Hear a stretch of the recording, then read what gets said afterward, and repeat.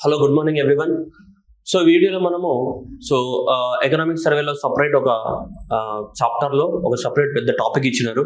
ఆ టాపిక్ పేరు ఏంటిదంటే ఇదే. So India's international initiatives to address about climate change issues. Climate change కోసము ఇండియా అనేది ఏమేం ప్రాజెక్టులను స్టార్ట్ చేసిందో, ఇండియా యొక్క కాంట్రిబ్యూషన్ ఎంత, సో ప్రపంచంలో ఈరోజు వస్తున్నటువంటి క్లైమేట్ చేంజెస్ కి ఇండియా అనేది ఏం కాంట్రిబ్యూట్ చేయబోతుంది అన్న దాని గురించి క్లారిటీగా మనకి ఒక లెసన్ లో చెప్పడం అనేది జరిగింది, 6th లెసన్ లో. ఓకే, దాంట్లో మనకి ఇండియా ఇనిషియేటివ్స్ ని ఏ విధంగా ఇవ్వడం జరిగింది అంటే, మీకు నేను ఇలా తీసుకురావడం జరిగింది పారాగ్రాఫ్స్ ని మన హెడ్డింగ్ రూపంలోకి.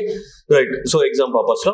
రైట్, సో మనకి ఇండియా అనేది క్లైమేట్ చేంజ్ ని మిటిగేట్ చేయడానికి కోసం, అంటే క్లైమేట్ చేంజ్ యొక్క ఇంపాక్ట్ ని తగ్గించడానికి కోసము ఇక్కడ మనకి బోర్డు మీద కనిపిస్తున్నటువంటి ఇనిషియేటివ్స్ అన్నిటిని కూడా స్టార్ట్ చేసింది.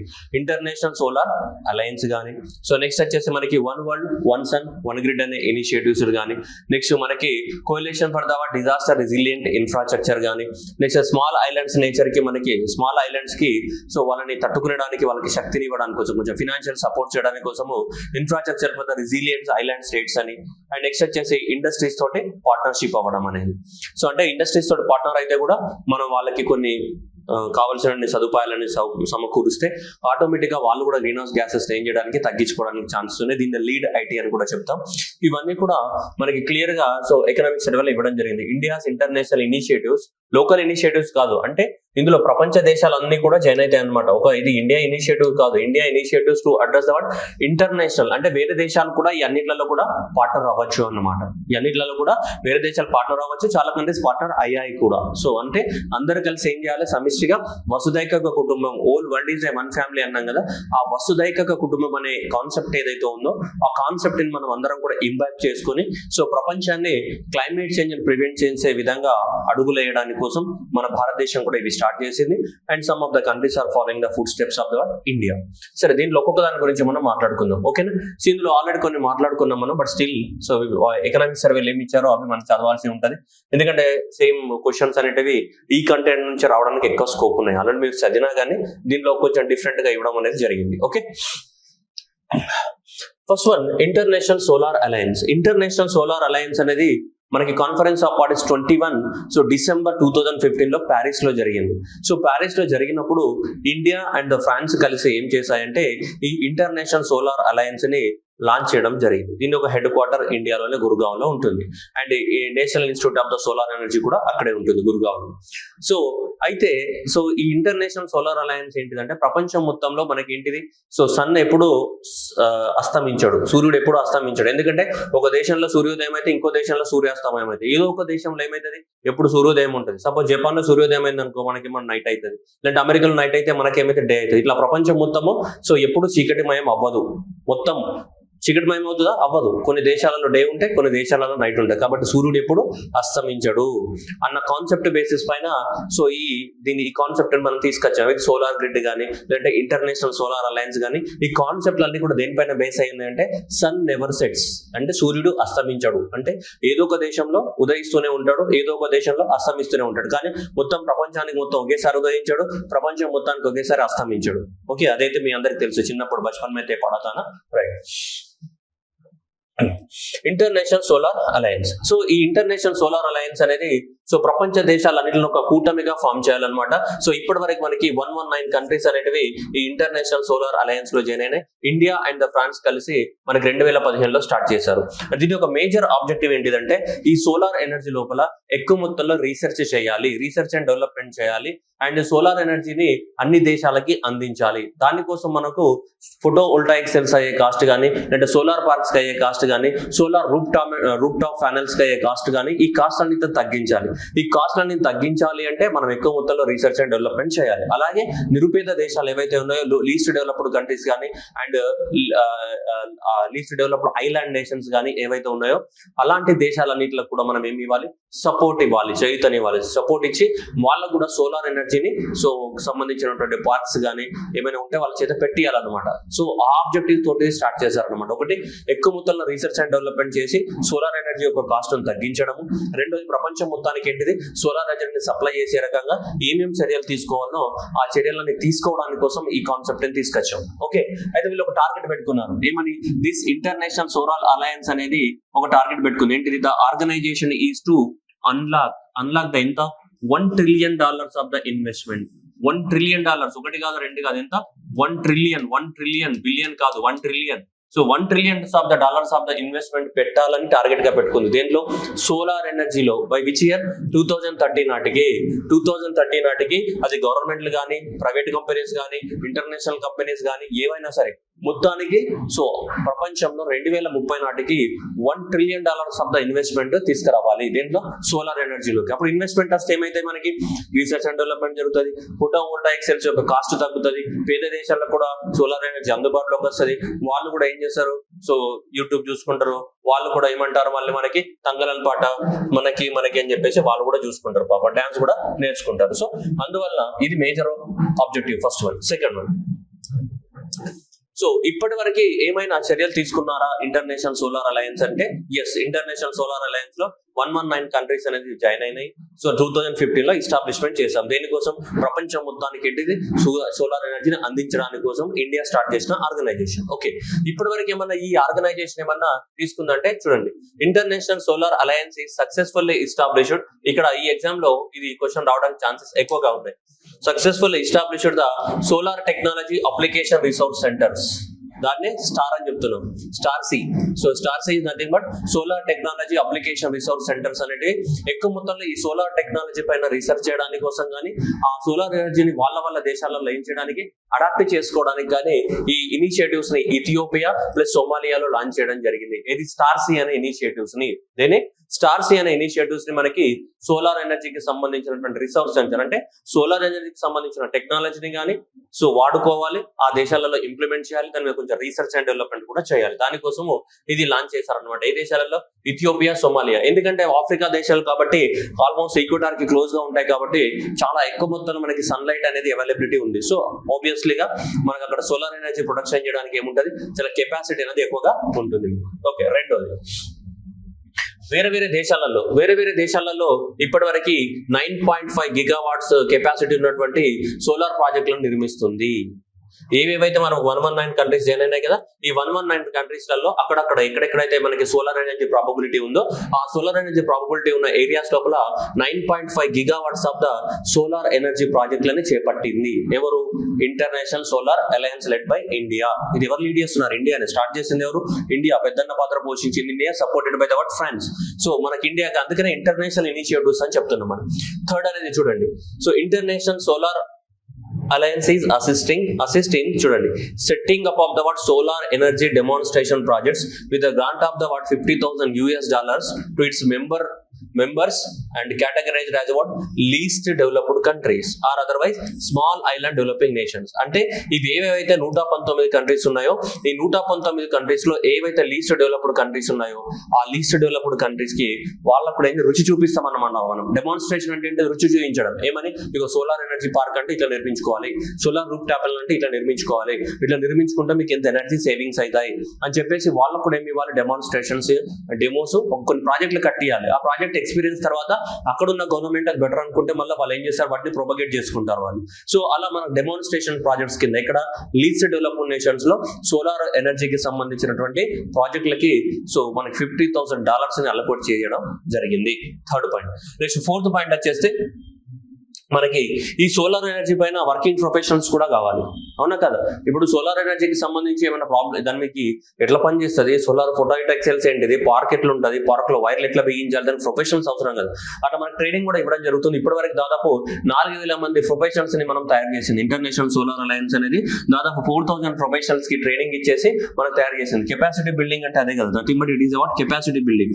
కెపాసిటీ బిల్డింగ్ అంటే ఇది అన్నమాట మనకి. సో ఇప్పటివరకు 4,000 మందికి ఒక 4,000 మందిని ఏం చేసింది? తయారు చేయడం జరిగింది. That is the so capacity building as a part of the effort. Around 4,000 professionals from around the so globe have been trained on the various aspect of the solar energy. Solar ఎనర్జీకి సంబంధించి 4,000 మందికి training ఇవ్వడము, least developed countries లలో ప్రాజెక్టులకి demo ఇవ్వడము, and next వచ్చేసి మనకి ఇది member countries లలో కొన్ని దేశాలలో ప్రాజెక్టులు కడుతున్నాం 9.5. అట్లా స్టార్ సి అనే ప్రాజెక్ట్ ని ఇక్కడ స్టార్ట్ చేసాం మనం. సో ఇథియోపియా, సోమాలియాలో స్టార్ట్ చేసాం. అండ్ నెక్స్ట్ వచ్చేసి మనకి $1 trillion ఆఫ్ ద ఇన్వెస్ట్మెంట్ ని మనం అట్రాక్ట్ చేయాలి సోలార్ ఎనర్జీలో. ఏ నాటికి? 2030 నాటికని ఇది టార్గెట్ గా పెట్టుకున్నారు. ఇవి ఆల్రెడీ అచీవ్డ్ అనమాట. ఇవి అచీవ్ చేసింది ఆల్రెడీ ఎవరు?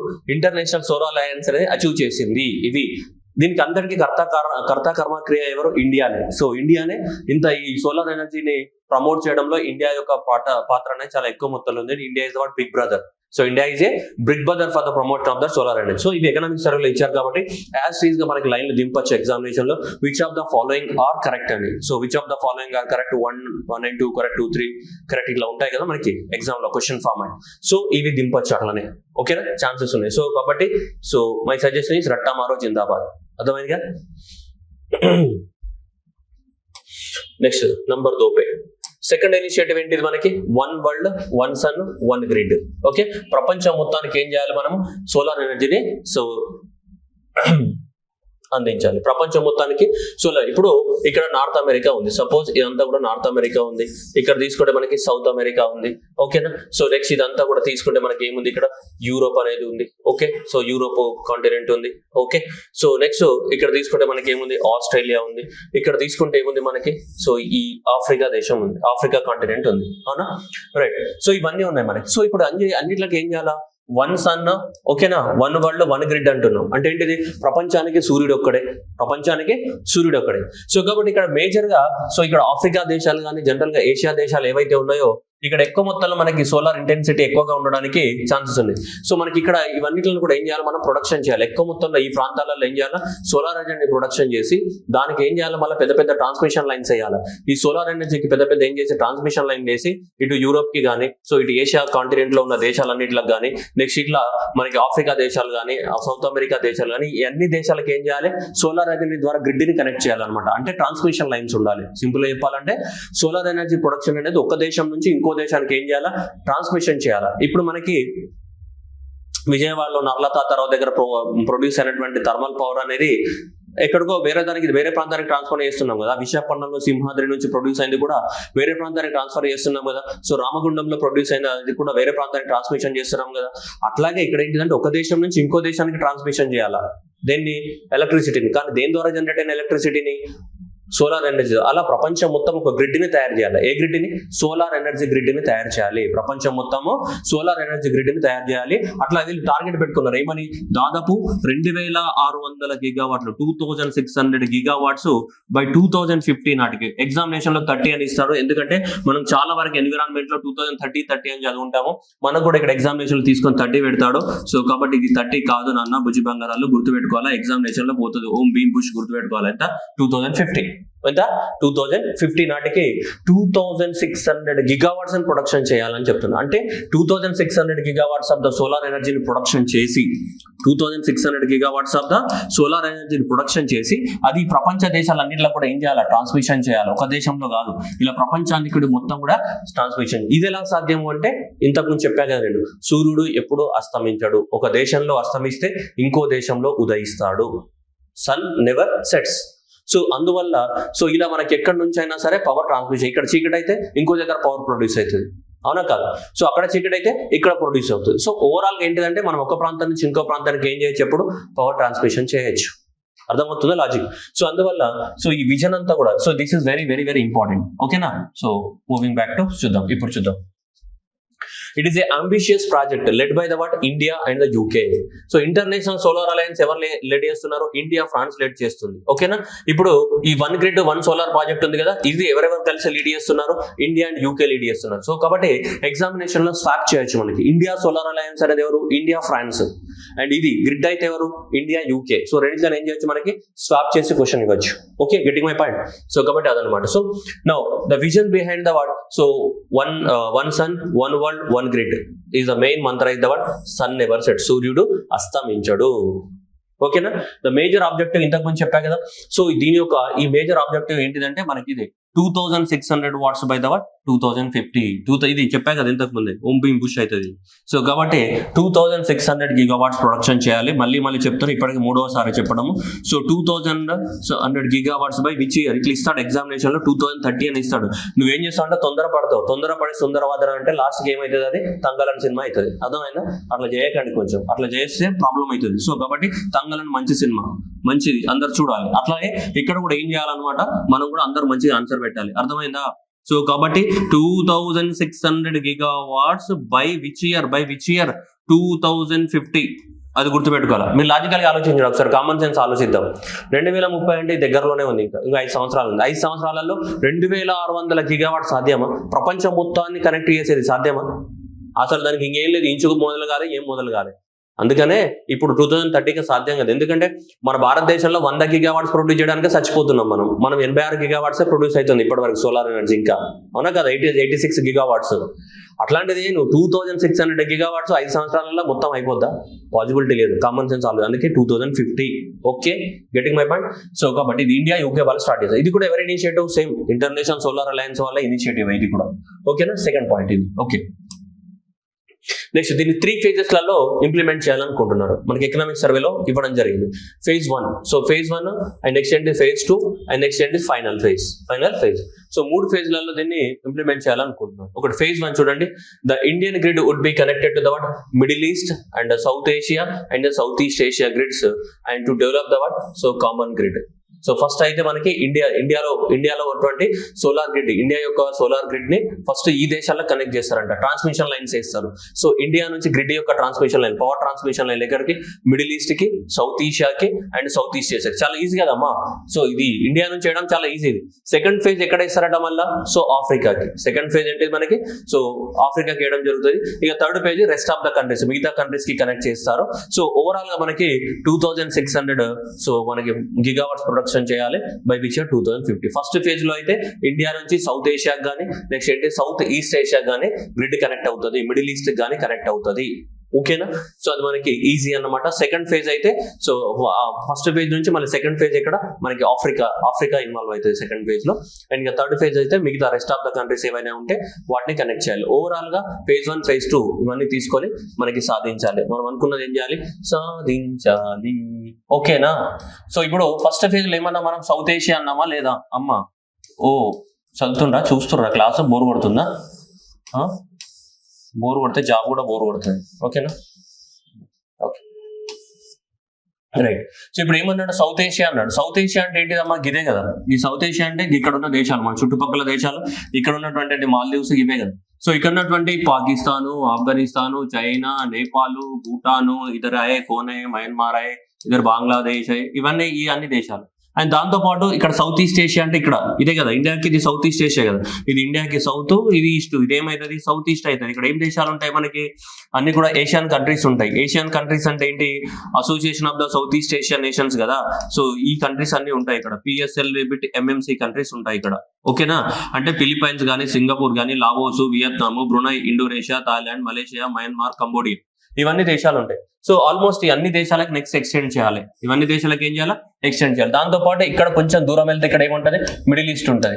ఇక్కడ నుంచి కొంచెం దూరం వెళ్తే ఏముంటది? ఇక్కడ ఆఫ్రికా ఉంటుంది. సో ఇవన్నీ దేశాలకి కనెక్ట్ చేయాలన్నమాట. ఏంటి? ట్రాన్స్మిషన్ లైన్స్ వేసుకుంటూ పోవాలి. phase 1 phase 2 phase 3 అర్థమైందా? phase 1 లో సో ఇదంతా కూడా phase 1 లో కనెక్ట్ చేయాలి. ఇవన్నిట్లో phase 1 లో కనెక్ట్ చేయాలా? ఓకే, ఇదంతా కూడా phase 1 ఇది కూడా phase 1. ఆ తర్వాత ఇక్కడ phase 2 ఆఫ్రికా దేశానికి, ఈ కాంటినెంట్ కి phase 2. ఇక్కడ నుంచి లైన్స్ వేసుకుంటూ పోవాలన్నమాట. ఇట్లా అంటే ట్రాన్స్మిషన్ లైన్స్ అన్ని ఇట్లా జిల్ జిల్ జగా తూ మేరా జగా అని చెప్పేసి ఇక్కడ దాకా పెద్ద పెద్ద లైన్స్ వేయాలన్నమాట మనం. ఓకే రైట్, అర్థమైందా? నేను ఇంత సాగదీయడానికి రీజన్ ఏంటిదంటే ఇవన్నీ మీకు గుర్తుండవు, ఎగ్జామినేషన్ లో మిస్టేక్ చేస్తారని చెప్పి. అందుకనే మిస్టేక్స్ అవాయిడ్ చేయడానికి కోసమే కొంచెం ట్రాక్ చేసినట్టు చెప్తున్నా. ఓకే రైట్, మీరు కావాలనుకుంటే స్పీడ్ లో పెట్టుకొని ఎన్నుకోండి, నాకేం ప్రాబ్లం లేదు. ఓకే, సో కాబట్టి ఇది మనకి ఏంటిది? Middle east. So middle east కానీ, నెక్స్ట్ ఏంటి మనకి సౌత్ ఏషియా కానీ, నెక్స్ట్ ఏంటిది సౌత్ ఈస్ట్ ఏషియా కానీ. డన్. నెక్స్ట్ సెకండ్ ఏంటిది మనకి? ఆఫ్రికా. నెక్స్ట్ ఏంటిది? Rest of the countries. Okay, ఇది second initiative. Next third initiative CDRA, coalition for the what disaster resilient so infrastructure. అంటే డిజాస్టర్స్ వచ్చినప్పుడు ఏదైనా ఇన్ఫ్రాస్ట్రక్చర్ సపోర్ట్ డ్యామేజ్ అయ్యింది అనుకోండి, దాన్ని ఇమీడియట్ గా రికవరీ చేయడానికి ఫెసిలిటీస్ ఉండాలి. రెసిలియంట్ అంటే ఏంటి? Speedy comeback. ఏదైనా జరిగింది అనుకో, జ్వరం వచ్చింది అనుకో, నీకు ఫీవర్ వచ్చింది అనుకోండి, 2 రోజులలో ఫీవర్ రికవర్ అయినావు, మళ్ళీ స్టడీ హాల్కి పుస్తకాలు పెట్టుకొని పోయినావు, 75వ పేజీలో ఉన్నావు, నెక్స్ట్ డే కూడా ఏముంటావు? అన్నీ ఉంటావు, 75వ పేజీలోనే ఉంటావు. 3 రోజులు అయిపోయింది, అక్కడ కూడా ఏముంటావు? 75వ పేజీలోనే ఉంటావు. చదువుతావా? దాన్ని స్పీడీ రికవర్ అన్నారు. 75వ పేజీ నుంచి ఒకటే రోజులో 100వ పేజీలోకి వెళ్ళినావు అనుకో, అప్పుడు నువ్వు స్పీడీ రికవర్ అంటారు. అంటే నీ బ్రెయిన్ చాలా యాక్టివ్ గా ఉంది. అర్థమైందా? సో ఫీవర్ వచ్చినప్పుడు నీకు జనరల్ గా రికవర్ అయ్యావు అనుకో, 2 రోజులలో రికవర్ అయితే స్పీడీ రికవరీ అంటావు.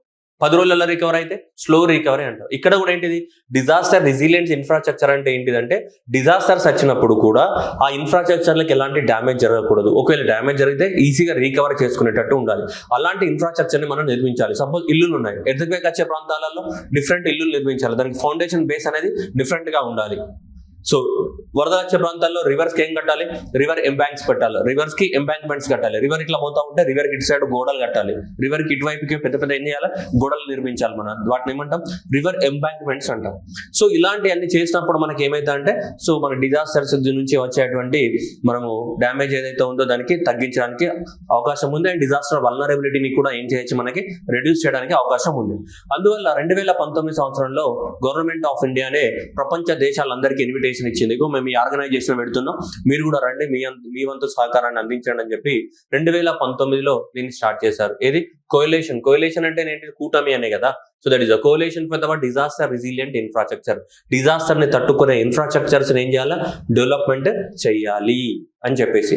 మీరు చదువుకుంటారు, మరి మీరు చదువుకుంటే మీకు గుర్తుండొచ్చు. మీరు ఆల్రెడీ ఫిలిమ్స్ పాయింట్ ఆఫ్ వ్యూలో మీరు చదువుంటారు డిజాస్టర్ మేనేజ్మెంట్ లో Hugo framework of convention 2005 to 2015 which is related to the disasters. And in 2015 నుంచి 2030 వరకు ఏంటిది, Sendai framework of convention for the disaster risk reduction చదివి ఉంటారు మీరు, DRR డిజాస్టర్ రిస్క్ రిడక్షన్. ఏది ఇప్పుడు ప్రజెంట్ ఇంప్లిమెంట్ చేస్తున్న ఫ్రేమ్వర్క్ ఏంటిది, ఇంటర్నేషనల్ కన్వెన్షన్ ఏంటిది, సెండాయి ఫ్రేమ్వర్క్ ఏ ఇయర్ నుంచి ఏ ఇయర్ వరకు, 2015 నుంచి 2030 వరకు. ప్రజెంట్ ఇంటర్నేషనల్ గా ఏ రూల్స్ ఉన్నాయమ్మా, 2015 నుంచి 2030 వరకు ఇవే రూల్స్ ఫాలో అవుతున్నాం. ఏ ఫ్రేమ్వర్క్ ని ఫాలో అవుతున్నాం, we're following the Sendai framework of convention. So దేనికోసం, డిజాస్టర్స్ ని తగ్గించడానికి కోసం. దీంట్లో 7 రూల్స్ ఉంటాయి అనమాట, 7 ఉంటాయి. సో దానికోసం మనము దేన్ని తగ్గించడానికి కోసం, DRR డిజాస్టర్ రిస్క్, ఇంకేమనాలమ్మా, రిడక్షన్. సో కాబట్టి దాన్ని షార్ట్ కట్లు ఏమంటాం, డాక్టర్. ఇది డాక్టర్ వెబ్ సిరీస్ కాదు, ఓకే, డిజాస్టర్ రిస్క్ రిడక్షన్, ఓకేనా. సో కాబట్టి ఇలా మనకి 2015 నుంచి 2030 వరకు ఏమి సెండాయి ఫ్రేమ్వర్క్ అనేది ఫాలో అవుతున్నాం మనం. So the Sendai framework, okay, మీకు జస్ట్ ఇది ఏమంటే ఒక అర్థం అవడానికి కోసం అది ఇంటర్నేషనల్ కన్వెన్షన్. సో ఇప్పుడు ఇండియా కూడా ఒక ఇంటర్నేషనల్ ఆర్గనైజేషన్ స్టార్ట్ చేసింది. ఇప్పుడు 2019లో స్టార్ట్ చేసింది. So that is the United Nations climate action summit లో. United Nations climate action summit అనేది 2019లో జరిగింది. అక్కడ మనకి గవర్నమెంట్ ఆఫ్ ఇండియా దీని గురించి చెప్పడం జరిగింది. సో దీనిలో ఎవరు ఇన్వాల్వ్ అవ్వచ్చు, యునైటెడ్ నేషన్స్ ఆర్గనైజేషన్స్ కానీ, మల్టీలాటరల్ అంటే అన్ని ప్రపంచ దేశాల బ్యాంక్స్ కానీ, వరల్డ్ బ్యాంక్ కానీ, ఐఎంఎఫ్ కాదు, వరల్డ్ బ్యాంక్ కానీ, ఏషియన్ ఇన్ఫ్రాస్ట్రక్చర్ ఇన్వెస్ట్మెంట్ బ్యాంక్స్ కానీ, బ్రిక్స్ బ్యాంక్ కానీ, మనకి ఇట్లాంటి బ్యాంక్స్ ఉన్నాయి, యూరోపియన్ డెవలప్మెంట్ బ్యాంక్ కానీ, ఇట్లాంటి మల్టీలాటరల్ డెవలప్మెంట్స్ బ్యాంక్స్ కానీ, ఫినాన్సింగ్ ఆర్గనైజేషన్స్ కానీ, పెద్ద పెద్ద యూనివర్సిటీస్ కానీ, ప్రైవేట్ సెక్టర్ కానీ, వీళ్ళందరూ కూడా ఇన్వాల్వ్ అవ్వచ్చు. ఎవరైనా ఇన్వాల్వ్ అవ్వచ్చు. వీళ్ళందరూ కూడా ఏం చేయాలి, రీసెర్చ్ అండ్ డెవలప్మెంట్ చేయాలి, ఫినాన్స్ పెట్టాలి, అంతే. రీసెర్చ్ చేయాలి, రీసెర్చ్ కావాల్సిన ఫినాన్స్ ని సపోర్ట్ చేయాలి. దీనికి సంబంధించి ఏది, డిజాస్టర్ ని తట్టుకునే ఏంటిది. సో డిజాస్టర్ ని తట్టుకునే దేన్ని తయారు చేయాలి, ఇన్ఫ్రాస్ట్రక్చర్ చేయాలి. ఇన్ఫ్రాస్ట్రక్చర్ తయారు చేయాలంటే ఫస్ట్ మనకి ఏం కావాలి, ఫినాన్సెస్ కావాలి. అండ్ ఎలా తయారు చేయాలంటే దాని మీద ఏం చేయాలి, ఎక్కువ మొత్తంలో రీసెర్చ్ అండ్ డెవలప్మెంట్ చేయాలి. ఇదే కదా ముచ్చట్లు. సో ఎక్కువ మొత్తంలో ఫినాన్స్ కావాలి అండ్ రీసెర్చ్ అండ్ డెవలప్మెంట్ చేయాలి. దానికోసమే దీన్ని తీసుకొచ్చాం. అందుకోసం వీళ్ళందరినీ రమ్మంటున్నాం, రమ్మని చెప్పేసి వీళ్ళందరినీ కూడా యుఎన్ ఏజెన్సీస్ ని, మల్టీలాటరల్ డెవలప్మెంట్ ని, ఫినాన్సింగ్ మెకానిజం ని, అకాడమిక్స్ ని, వీళ్ళందరినీ కూడా రమ్మని. ఓకే, సో రామచిలుక పిలవలేదు, ఎవరు పిలిచారు, CDRI పిలిచింది. వీళ్ళందరినీ పిలుస్తున్నాం మనం. Okay, right. సో చూడండి, CDRI aims to enhance the infrastructure resilience through the capacity building, informed policy and planning and management leading to improve the quality of the environment and livelihoods of the people. So 3 billion people by the 2050. అంటే ఎక్కడెక్కడైతే ప్రపంచంలో disasters ఎక్కువగా జరుగుతున్నాయో ఆ disaster affected పీపుల్లలో వాళ్ళ యొక్క చనిపోయే వాళ్ళ సంఖ్యను కానీ, ఎఫెక్టెడ్ పీపుల్ యొక్క సంఖ్యను కానీ, ఎన్విరాన్మెంట్ కి జరిగే డ్యామేజ్ని కానీ ఏం చేయాలి, మనం తగ్గించాలి. ఎంతమంది పీపుల్ ని కాపాడాలి, 3 బిలియన్ పీపుల్ ని, కనీసం 3 బిలియన్ పీపుల్ ని మనం కాపాడాల్సిన అవసరం ఉంది డిజాస్టర్ నుంచి బై విచ్ ఇయర్ 2050 నాటికి. అంటే ఎలా కాపాడతాం, by developing the resilient infrastructure. So by developing the resilient infrastructure ని డెవలప్మెంట్ చేసి మనం 3 బిలియన్ పీపుల్ ని కాపాడడానికి ఏముంది, అవకాశం ఉంది. అది మేము చేసి చూపిస్తామని చెప్పేసి కంకణం కట్టుకొని రాజమౌళిల స్టాంప్ లాగా పల్ల గుర్తింది అనమాట. ఓకే, ఎవరు CDRI, ఓకేనా. అది దీనికోసము ఒకటి రీసెర్చ్ చేయాలి కదా, ఇంతకుముందు చెప్పా కదా, ఫినాన్సెస్ కావాలి, రీసెర్చ్ కావాలి, ఇన్ఫ్రాస్ట్రక్చర్. ఇప్పుడు సపోజ్ అనుకుందాం, ఇప్పుడు మన రాష్ట్రం ఆంధ్రప్రదేశ్లో ఏం జరుగుతుందమ్మా, మన ప్రతిసారి తుఫాన్లు వస్తాయి, సైక్లోన్స్ వస్తాయి. మరి ప్రతిసారి సైక్లోన్స్ వచ్చినప్పుడు మనకి ఏం చేయాలి మరి? ఒరిస్సా తీర ప్రాంతంలో కానీ, అటు శ్రీకాకుళము, పలాస కానీ, బారువా కానీ, ఆ ప్రాంతాలు అన్నీ ఉన్నాయి కదా మనకి. సో ఇచ్చాపురం కానీ, ఆ ప్రాంతాలలో ఎక్కువ మొత్తంలో ఏమొస్తాయని సైక్లోన్స్ వస్తాయి. ఒరిస్సాకి దగ్గరగా ఉన్నటువంటి ఆ పలాస, బారువా, కింది ప్రాంతాలన్నీ కూడా మనకి. ఓకే, ఇప్పుడు మరి ఎట్లా మరి అవన్నీ కూడా ఏం చేద్దాం మరి? సో అందువలన ఇక్కడ తెలుసుకోవాల్సింది ఏంటిదంటే రీసెర్చ్ అనేది చాలా ప్రాధాన్యం.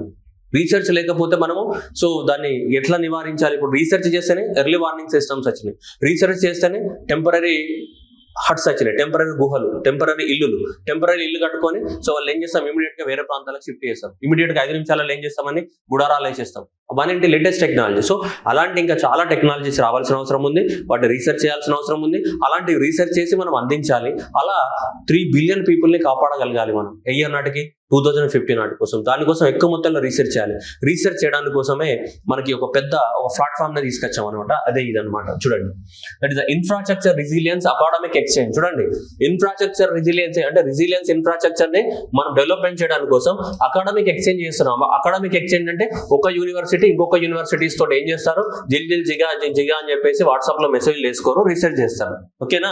ఏం చేస్తారు? రీసెర్చ్ చేస్తారు. WhatsApp May message Nahi కరూంగా my, ఠీక్ high అని చెప్తారు అనమాట. సో కాబట్టి ఇలా సో ఇన్ఫ్రాస్ట్రక్చర్ రెసిలియన్స్ ఏంటిది, అకాడమిక్ ఎక్స్చేంజ్ అంటే ఏంటిది, ఒక యూనివర్సిటీ కానీ లేదంటే ఒక దేశంలో ఉన్నటువంటి ఎడ్యుకేషనల్ ఇన్స్టిట్యూషన్స్ ఇంకొక దేశంలో ఉన్న ఎడ్యుకేషనల్ ఇన్స్టిట్యూషన్ తోటి ఏమైతే టైఅప్ అయిపోయి దాని మీద రీసెర్చ్ చేస్తారు. किसके ऊपर रिसर्च करते हैं? किसके ऊपर ఇన్ఫ్రాస్ట్రక్చర్ రెసిలియన్స్ కే ऊपर. సో ఇన్ఫ్రాస్ట్రక్చర్ రెసిలియన్స్ పైన ఏం చేస్తాయి, సో రీసెర్చ్ అనేది చేస్తాయి. అలాంటిదే ఒక ఇనిషియేటివ్ అనమాట ఇది. So that is the infrastructure resilience. అక్కడ ఎవరు అంటే ఇండియా ప్లస్ అమెరికా. సో అమెరికాలో ఉన్నటువంటి ఇన్స్టిట్యూషన్స్ ప్లస్ ఇండియాలో ఉన్నటువంటి ఇన్స్టిట్యూషన్స్ అనేటివి రీసెర్చ్ చేస్తున్నాయి ఈ డిజాస్టర్ రెసిలియంట్ ఇన్ఫ్రాస్ట్రక్చర్ ని ఎలా డెవలప్మెంట్ చేయాలని. దానికోసం ఇలా సపరేట్ ప్లాట్ఫామ్ నే పెట్టాము. ఆ ప్లాట్ఫామ్ పేరు ఏంటి, infrastructure resilience and academic exchange. చూడండి, చదవండి ఒకసారి. So the program has conceived as a structural engagement initiative with the global academic institutions to offer the value added education and the research and opportunities and professional development in the way disaster resilience infrastructure. So disaster resilient infrastructure research దాని కోసము మనకి US developmental agency America అనేది. So USAID అంటే so America అనేది కొన్ని దేశాలకు help చేస్తుంటుంది. దాన్ని యుఎస్ఎయిడ్ అనే ఫండ్ తోటి ఇస్తుంటది అనమాట. వాళ్ళకి ఎవరికి ఇష్టం అయితే వాళ్ళకి ఇస్తారు. అది అమెరికా ప్రెసిడెంట్ యొక్క డిస్క్రిషనరీ పవర్ అనమాట. ఇది యుఎస్ఎయిడ్ అనేది. వాళ్ళతో ఫ్రెండ్లీ నేచర్ ఉన్నాయి అనుకో, తీసుకోరా భయం ఇస్తారు. ఇప్పుడు నువ్వు కూడా అంతే కదా, నీతో నా ఫ్రెండ్ ఉన్నాడు అనుకో, ఏం లేలోరా ఏం కాదురా అంటావు. వాడు మన డబ్బులు లేకపోయినా నువ్వే మనకి ఫుడ్ పెడతావు, వానికి ఏం లేకపోయినా కానీ సపోర్ట్ ఇస్తావు. నీకు వాడు నచ్చలేదు అనుకో, దుబ్బే అంటావు, ఇంకా 10 మందికి చెప్తావు వాని గురించి. అవునా కాదు? అమెరికా కూడా అలాంటి క్యారెక్టరే ఉంటుంది అనమాట. అంటే నీతో ఫ్రెండ్షిప్ ఉన్నాం అనుకో అమెరికా తోటి, మేరా భాయి అంటాడు. ఫ్రెండ్షిప్ లేదనుకో, ఏ దుష్మనే సలహా ఇసుకో మారదాలో అంటాడు. అట్లనే సో ఇలా మనకి యుఎస్ఎయిడ్ అంటే ఏంటిదంటే సో అమెరికా అనేది సపోర్ట్ ఇస్తుంది మనకు కూడా. ఎంత $5 మిలియన్ అనేది అమెరికా కాంట్రిబ్యూట్ చేసింది. ఈ $5 మిలియన్ తోటి అమెరికన్ యూనివర్సిటీ, ఇండియన్ యూనివర్సిటీస్ ఇద్దరు కలిసి ఏం చేయాలి అమ్మా, ఏం చేయాలి పరిశోధన చేయాలి. అంటే ఏంటిది, రీసెర్చ్ చేయాలి. పరిశోధనలు చేయాలి. ఏంటిది, రీసెర్చ్ చేయాలి. దేనిపైన రీసెర్చ్ చేయాలి. చెమ్మ చెక్క చారడేసి మొగ్గన దేనిపైన చేయాలి?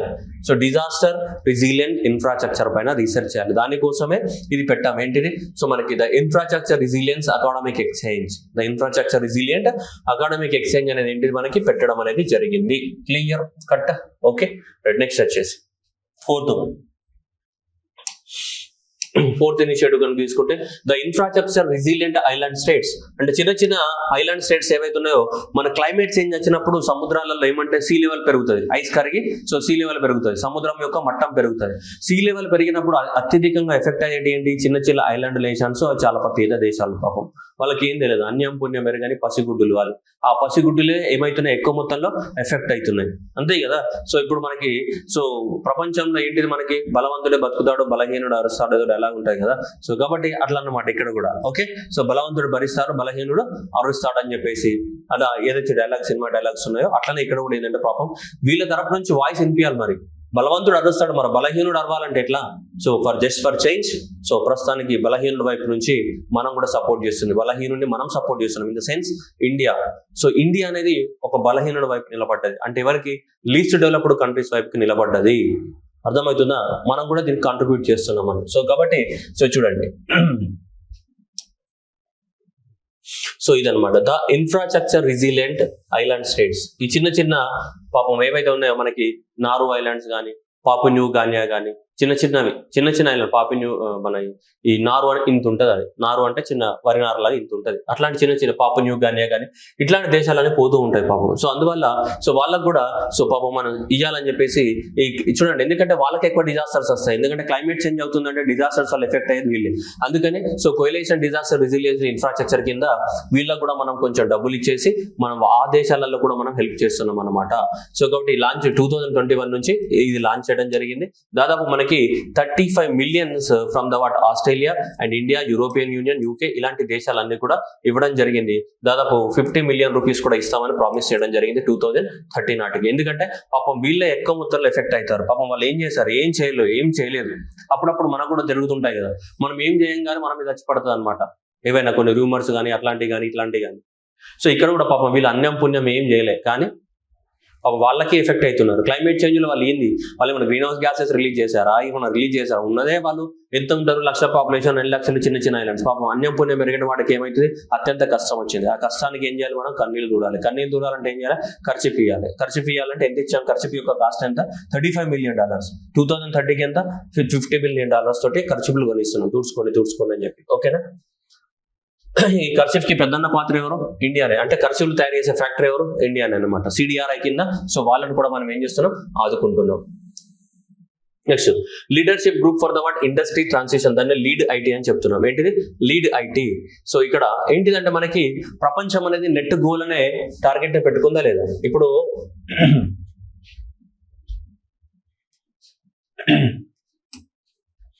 ఇప్పుడు మనము పంచామృతిలో లేదు అంటే మనకి ఇప్పుడు conference of 26. So conference of the 26 2021 UK గ్లాస్గోలో జరిగింది మనకి. అప్పుడు ఏమన్నాం మనము? ప్రపంచం మొత్తం అనేది నెట్ జీరోకి రీచ్ అవ్వాలి అనుకున్నాం. World should reach the net zero by 2050కి. సో బై 2050కి నెట్ జీరో రీచ్ అవ్వాలనుకున్నాం. అంటే ప్రపంచంలో నెట్ జీరో అంటే ఏంటిది? ఎంతైతే ప్రపంచ దేశాలు కార్బన్ డైఆక్సైడ్ ఎమిట్ చేస్తున్నాయో అంత కార్బన్ డైఆక్సైడ్ ఏం చేయాలి? అబ్జర్వ్ చేసుకునే కెపాసిటీ కూడా ఉండాలి. అప్పుడు ఈక్వల్ అవుతుంది కదా, న్యూట్రల్. ఎంత ఎమిట్ చేస్తున్నామో అంత అబ్జర్ప్షన్ చేసుకునే కెపాసిటీ కూడా ఉండాలి.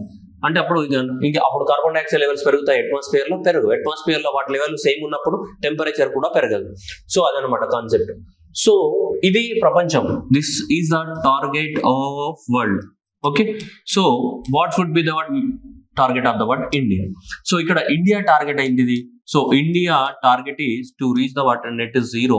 సో బై ద 2070కి సో మనకి నెట్ జీరోకి రీచ్ అవ్వాలి. సో ఇండియా అనేది నెట్ జీరో రీచ్ అవ్వాలి ఎప్పటికి? 2070కి. సో 2070కి ఇండియా అనేది నెట్ జీరోకి రీచ్ అవ్వాలి. ఇది ఇండియా టార్గెట్. ఓకేనా? మరి ఇదంతా సాధ్యం అవ్వాలంటే ఎట్లా? మీకు గుర్తుందా? ఇండియా నెట్ జీరోకి రీచ్ అవ్వాలి. అండ్ ఇది కాకుండా ఇండియా అనేది పంచామృతులు ఏం చెప్పింది?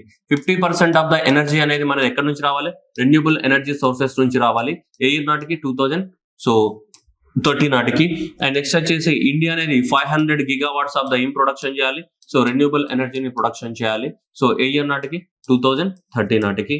అండ్ అలాగే సో ఎమిషన్ ఇంటెన్సిటీ కూడా GDP ఎమిషన్ ఇంటెన్సిటీ 45% తగ్గించాలి. సో ఏ ఇయర్ నాటికి? బై ద 2030 నాటికి. ఇవే కదా మనం పెట్టుకున్న టార్గెట్. అట్లాగే 1 billion tons of the observe చేసుకోవాలా? కార్బన్ డైఆక్సైడ్ అబ్జర్వ్ చేసుకునే కెపాసిటీ ఏం చేయాలి? పెంచాలి. అంటే 1 billion tons of the carbon dioxide observe చేసుకునే కెపాసిటీ అంటే అంత ఏరియాలో మొత్తంలో ఫారెస్ట్ కానీ లేదంటే గ్రీన్ కవర్ ని పెంచాలి. అంత పెంచితే అది 1 billion tons of the carbon dioxides ఏం చేయాలి? అబ్జర్వ్ చేసుకోవాలి. ఇవన్నీ మన పంచామృత్. ఓకేనా? తాగేటి కావు. ఓకేనా? ఇవన్నీ మన పంచామృతాలు. ఓకేనా? సో దీన్ని మనము ఇండియా ఎప్పుడు ప్రపోజ్ చేసింది దీన్ని? సో కాన్ఫరెన్స్ ఆఫ్ 26 లో ప్రపోజ్ చేసింది ఇండియా. ఎవరికి ప్రపోజ్ చేసింది? మనకే ప్రపోజ్ చేసుకున్నాం, వేరే వాళ్ళకి కాదు. అర్థమైందా? ఎందుకంటే ఇవన్నీ మనం సాధించాలి ఇవన్నీ. సో ఇవన్నీ మనం సాధించాలని టార్గెట్ పెట్టుకున్నాం. సో దీన్ని మనం ఇండియా ఏమని పేరు పెట్టింది? They are known as Panchamritam మనం పేరు పెట్టుకున్నాం. ఏమన్నా పెట్టి పంచామృతం పేరు పెట్టుకున్నాం. మరి ఇవన్నీ సాధించాలంటే ఎట్లా? మన ఊరికే అయిపోద్దా? గవర్నమెంట్ చెప్తే అయిపోద్దా? సో కాబట్టి దీంట్లో మనం అందరితో టైఅప్ అవ్వాలి, ఇండస్ట్రీస్తో కానీ, గవర్నమెంట్ ఆర్గనైజేషన్ తోటి కానీ, ఎన్జిఓస్ తోని కానీ. అట్లాగే ఫస్ట్ ఆఫ్ ఆల్ పీపుల్ యొక్క బిహేవియర్ని కూడా మార్చాలి, మన మైండ్ సెట్ని కూడా మార్చాలి. అదే ప్లాస్టిక్ వాడకరా స్వామి, బైక్ టిక్కులో ఏం చేయాలి, ఒక బ్యాగ్ పెట్టుకొని పో, బ్యాగ్లో వస్తువులు వేసుకొని రా, ప్రతిసారి ప్లాస్టిక్ ఎందుకని చెప్పి మన బిహేవియర్ కూడా మారాలి. మన బిహేవియర్ మారకపోతే అదేం మారదు, అదేమీ మారదు. అందువల్ల అర్థమవుతుందా? సో అందువల్ల సరే. సో ఇప్పుడు ఇవన్నీ సాధించాలంటే మనం ఎంతో కొంత ఏం చేయాలా, ప్రపంచాన్ని కానీ ఇండస్ట్రీస్ని కానీ ఏం చేయాలా, సో ఎంకరేజ్మెంట్ చేయాలి. ఎంకరేజ్ చేస్తే వాళ్ళు కూడా ఏమవుతారు, వాళ్ళు కూడా మంచిగా సరే మేము కూడా ఇన్వాల్వ్ అవుతాం సార్ అని చెప్తారు, మేము కూడా ఇన్వాల్వ్ అవుతాం అని చెప్తారు. వాళ్ళని కూడా ఇన్వాల్వ్ చేయడానికి కోసమే ఈ యాక్టివిటీ తీసుకొచ్చాం. That is the leadership group of industries in the transition, launched by the India Sweden in the September 2013. చూసారా మీరు? One grid, one sun, one world, one grid అనేది ఎవరు లాంచ్ చేశారు? India, UK. International solar alliance అనేది ఎవరు launch చేశారు? India, France అనేది launch చేసింది. నెక్స్ట్ ఇది లీడ్ ఐటీ అనేది ఎవరెవరు కలిసి లాంచ్ చేశారు? 2019లో ఇండియా అండ్ ద స్వీడన్ కలిసి లాంచ్ చేశారు. 3 మ్యాచ్ ద ఫాలోయింగ్ కూడా ఇవ్వచ్చు, ఈజీగా 3 మ్యాచ్ ద ఫాలోయింగ్ కూడా ఇవ్వచ్చు. International solar alliance and next ఇది one sun, one grid, one world అది, అండ్ నెక్స్ట్ ఇది మ్యాచ్ ద ఫాలోయింగ్ ఇవ్వచ్చు. ఓకే, 2019లో లాంచ్ చేయడం అనేది జరిగింది. సో దీని యొక్క ముఖ్య ఉద్దేశం ఏంటిదంటే ప్రపంచంలో ఉన్నటువంటి పెద్ద పెద్ద కంపెనీస్ అన్ని ఏవైతే ఉన్నాయో ఆ కంపెనీస్ అందరిని ఒక దగ్గరికి తీసుకురావాలి. ఒక దగ్గరికి తీసుకొచ్చి వాళ్ళందరినీ కూర్చోబెట్టి మాట్లాడి, అయ్యా ప్రపంచం అనేది అంచులలో ఉంది, వాతావరణ మార్పులకి, క్లైమేట్ చేంజ్కి మీరందరూ కూడా కాంట్రిబ్యూట్ చేసి ఎంతో కొంత గ్రీన్ హౌస్ గ్యాసెస్ యొక్క ఎమిషన్స్ని తగ్గిస్తే ప్రపంచం అనేది నెక్స్ట్ జనరేషన్కి మిగులుతుంది. లేదు అంటే ప్రపంచం అనేది యుగాంతం అయిపోతుంది. దయచేసి మీరు మీ పెద్ద మనసుతోటి, మీ యొక్క బ్రాడ్ హార్టెడ్ తోటి, ఓకేనా, శోకతప్త హృదయాలతోటి కాకుండా సంతోషమైన హృదయాలతోటి మీరు కూడా క్లైమేట్ చేంజ్ కోసము పోరాటం చేయండి, మీ ఆరాటాన్ని చూపియండి అని చెప్పి వాళ్ళందరినీ కూర్చుండబెట్టి వాళ్ళకి గీతోపదేశం చేస్తాం. గీతోపదేశం చేస్తే వాడు ఇంటాడా? ఇట్లా వదిలేస్తాడు. ఇప్పుడు నేను కూడా అంతే కదా, ఎంత క్లాస్ చెప్పినా మీరు ఇంటర్ అయ్యింది ఇట్లా వదిలేస్తావు. ఎవరో కొంతమంది గుర్తుపెట్టుకుంటారు, మిగతా వాళ్ళు అంతే ఓ ఓ ఓ అంటారు, అంతే అయిపోయింది. సో అందువల్ల సో ఇది కూడా ఏంటిదంటే లాంచ్ చేస్తాం మనము. సెకండ్ కూడా లాంచ్ చేస్తాం. ఇదంతా ఏంటిదంటే ఆ కంపెనీస్ ఏం చేయాలి, ఇక ఏం చేస్తాం, మోటివేట్ చేయడం. అంటే ఇక మన భాషలో చెప్పాలంటే మోటివేట్ చేయాలి, కంపెనీలు మోటివేట్ చేయాలి. మోటివేట్ చేసి వాళ్ళని తగ్గించినట్టు ఒప్పియాలి, అంతే ఇక. సో phase 2 అనేది కూడా ఇప్పుడు రన్ అవుతుంది మనకి. 2019 నుంచి 2024 వరకు మనకి సో ఆల్మోస్ట్ phase 1 అనేది ఎండ్ అయిపోయింది. ఇప్పుడు phase 2 అనేది స్టార్ట్ అయింది. Marking the joint commitment by the member countries and companies to shape the policy frameworks, cooperation of the inclusive industry transition, focus on the ఇవే మళ్ళీ కో development, transfer of the low carbon technology. నేను చెప్పినా కదా, మొత్తానికి ఏం చేయాలా, ఈ కంపెనీలు అన్ని కలిసికట్టుగా సో గ్రీన్ హౌస్ గ్యాసెస్ ని తగ్గించడానికి ట్రై చేయాలి. అలా గ్రీన్ హౌస్ గ్యాస్ ని తగ్గించడానికి ట్రై చేసినప్పుడే ప్రపంచం అనేది ఏమవుతుంది అంటే నెట్ జీరోకి రీచ్ అవుతుంది. ఏ ఇయర్ కి? బై 2050 నాటికి. ఓకేనా? సో లేదు అంటే మన ఇండియా కూడా మనం కూడా నెట్ జీరోకి రీచ్ అవ్వాలి కదా. మనం కూడా నెట్ జీరోకి రీచ్ అవ్వాలి. ఏ ఇయర్ కి? 2070కి. ఇవన్నీ చేయాలంటే మనం ఒక్కరం చేస్తే అవుతుంది కాదు కదా. వీళ్ళందరూ కూడా ఇన్వాల్వ్ అవ్వాలి. వీళ్ళందరూ ఇన్వాల్వ్ అయితేనే అవుతుంది ముచ్చట. లేదంటే మనం ఒక్కరం ఇన్వాల్వ్ అయిపోయి నేనే తోపు తురుంకారం అనే కత్తి పట్టుకొని పోయినామంటే నీ కత్తి రిగిపోతే ఎవడేం చేయలేడు యుద్ధంలో.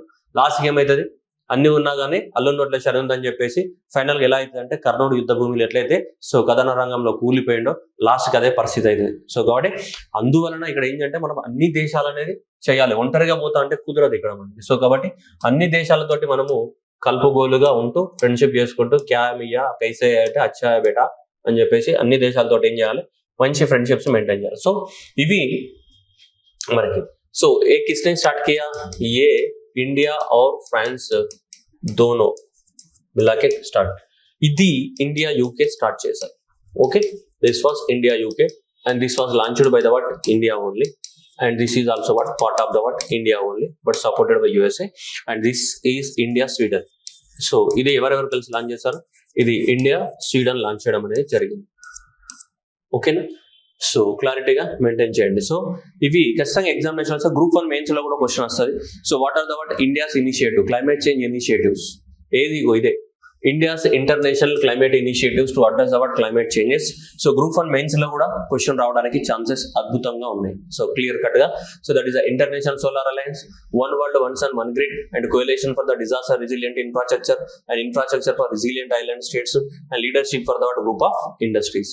సో ఇవి మనకి ఇండియా అనేది ఏంటిది, ఇండియా యొక్క ఇనిషియేటివ్స్ అనమాట. దీన్ని క్లైమేట్ చేంజ్ ని తట్టుకోవడానికి కోసం మన వంతు బాధ్యతగా, సో మన వంతు కర్తవ్యంగా మనం కూడా కొన్ని అడుగులు వేసాము, బుజ్జి బుజ్జి అడుగులు, చిట్టి చిట్టి పాదాలతోటి. సో మన చిట్టి చిట్టి పాదాలతోటి బుజ్జి బుజ్జి అడుగులు వేసాం, ఆ అడుగులు ఇవే.